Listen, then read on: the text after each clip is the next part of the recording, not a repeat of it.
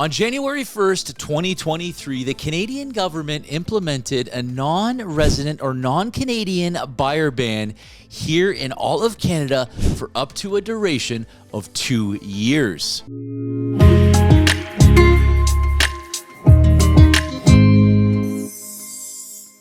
What's up, guys? If we haven't met before, my name is Andrew Kulikowski, and I'm a local realtor and team leader of the Living in Niagara Real Estate Group at eXp Realty.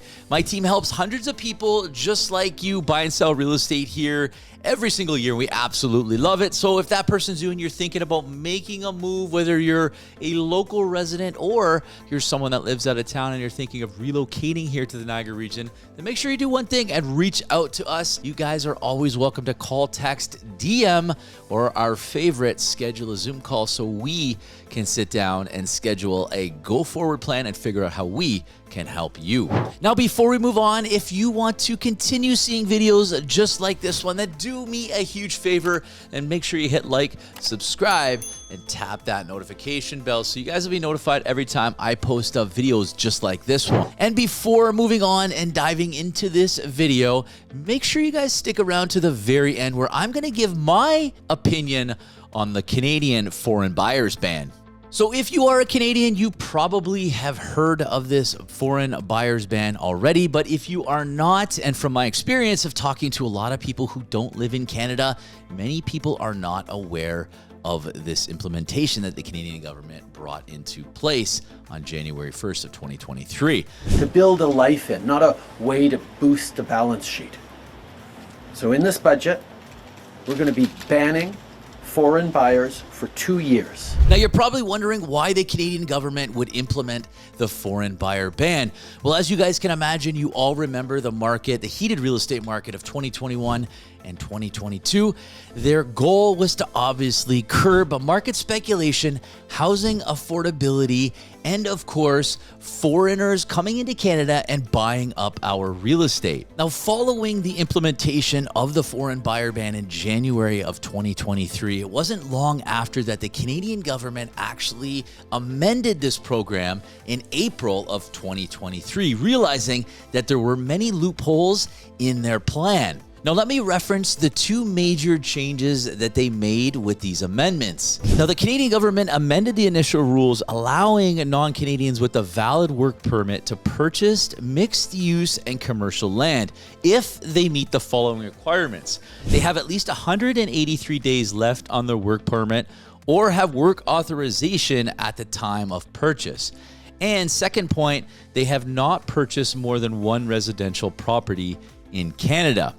Now, in addition to this amendment that was repealed, other conditions for non-Canadians, including previous work experience and tax requirements, and now allows non-Canadians to buy vacant land zoned for residential and mixed-use purposes that can be used for any purpose by the purchaser, including residential development. So it seems like to me that amendment clearly states that they don't want foreigners buying our actual physical homes that are already built. However, they're okay with them buying properly zoned land and redeveloping or developing that land. And for all of you who have not been following, as of this February 2024, it gets better. The Canadian government has stepped up and said they are extending the foreign buyer ban program for an additional 2 years until January 1st, 2027. Our government announced a 2-year extension on the existing ban on foreign buyers of Canadian housing. This means that the ban will now be in place until January 1st of 2027. And here's the actual news release that was printed here by the Department of Finance Canada.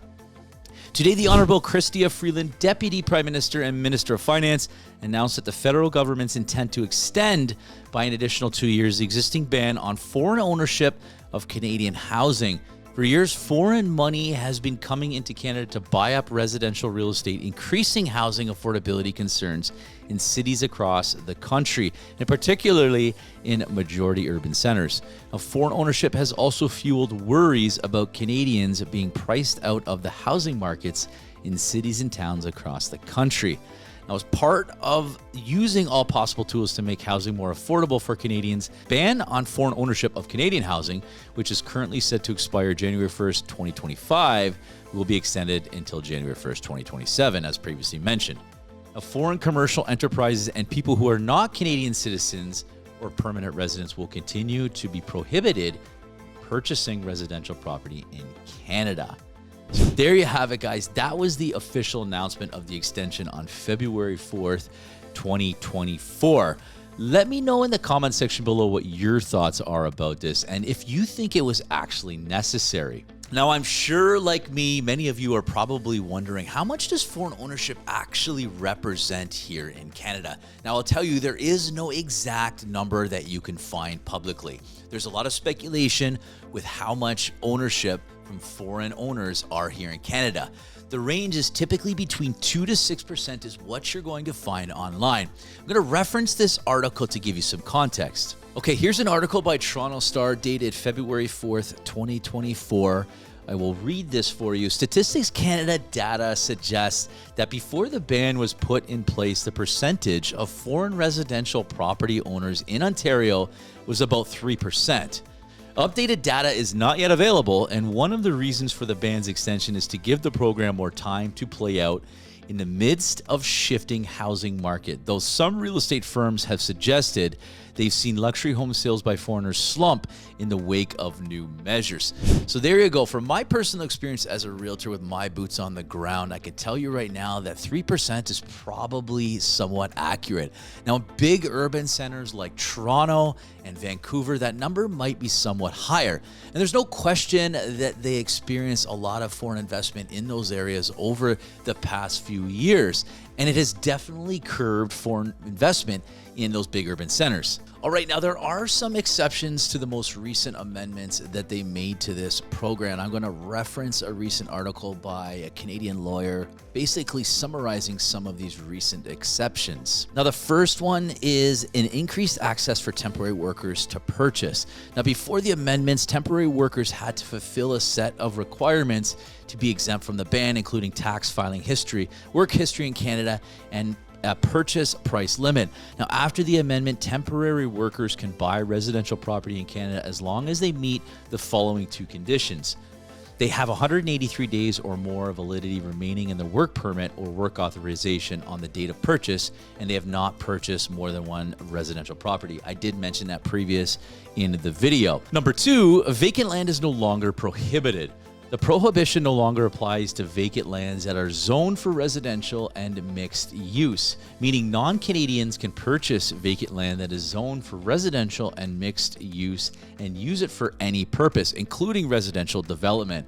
The land simply cannot contain any habitable dwelling. And number three, exception for development. The ban was criticized by developers for slowing residential land development by disallowing foreign corporations and businesses to invest. Makes sense. Any unintended consequence from the legislation that would hurt the housing supply and housing affordability. The second part to that, the government clarified their intention to encourage development by repealing the prohibition to purchase vacant land as noted above, and also adding an additional exemption for development, allowing foreign investors to participate. And last, number four, is relaxing corporate regulations. The original legislation stated that if a corporation included 3% of equity value or voting rights held by deemed non-Canadians, it will render the corporation as a non-Canadian under the Act. Now, this would make Canadian corporations ineligible to purchase residential property in Canada. And the last part of that is after the amendments, the equity value and voting rights threshold was increased to 10%. Obviously, that is relating not to individuals, that's relating to foreign corporations who are looking at investing or purchasing or developing real estate here in Canada. All right, so the golden question is, and you may be thinking like me, is the foreign buyer ban actually working? Now, many politicians will argue that the ban will take some time to really get a good understanding of how this is affecting our housing affordability, our housing supply. But I want to reference an article here from CBC dated on February 4th, 2024. Now, in the article, it states, experts have questioned whether the ban is having a significant effect on housing affordability in Canada, given the relatively small share of the overall housing market owned by non-Canadians. In 2020, for example, the share of the market owned by non-residents in some provinces measured ranged from 2 to 6%. Now, again, let me know your thoughts on that. Is 2 to 6% high in your opinion, or is it low? Now, what happens if non-Canadians improperly buy or buy real estate here in Canada during this foreign buyers ban? Well, there are fines up to $10,000 that are implemented if this does happen. Now, in conclusion to this, as I mentioned in the beginning of the video, in my opinion, I believe the foreign buyer ban has not worked a single bit. I believe it is a band-aid, and really the government is actually not focusing on the root of the cause. The root of the cause is we have a major supply issue here in Canada with housing. Now, what's the solution? Focus on the root of the cause, take down the red tape, make it easier for developers to build homes, make it more cost effective for them, less expensive, more efficient, and let them build more homes. It's the same old story, Economics 101, supply and demand. Well, there you have it, guys. There's a general overview of the Canadian foreign buyers ban. I would love to know your opinion on this, and if this is something you think is actually going to curb our housing affordability and our housing supply. Let me know in the comments section below. And remember, guys, thanks for watching my video, and if you have any questions whatsoever, make sure you guys reach out to me. That's all for now. I will see all of you on my next video.